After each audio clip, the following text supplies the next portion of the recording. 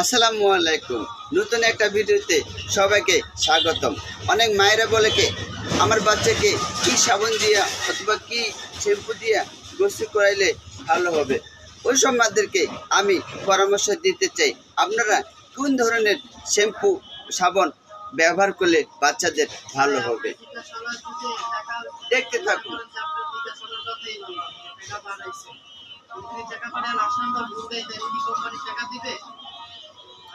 Johnson number 1 product. এটা দিয়ে বাচ্চাকে গোসল করাবেন, মাথা থেকে পা পর্যন্ত ফেনা করে দিন।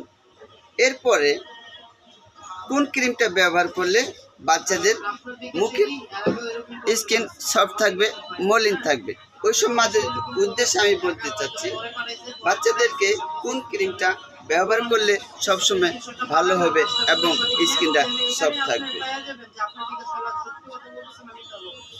জনসন ক্রিম, এটা মুখে 2 বার লাগাই দেন, সকালে আর রাত্রে।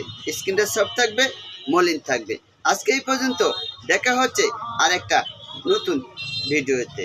অবশ্যই যদি ভালো লাগে একটা সুন্দর কমেন্ট করবেন এবং শেয়ার করে দেবেন। এসব এত কষ্ট করে বানাই কেন? আপনাদের জন্য। সবার সুস্থতা কামনা করে শেষ করছি। আসসালামু আলাইকুম।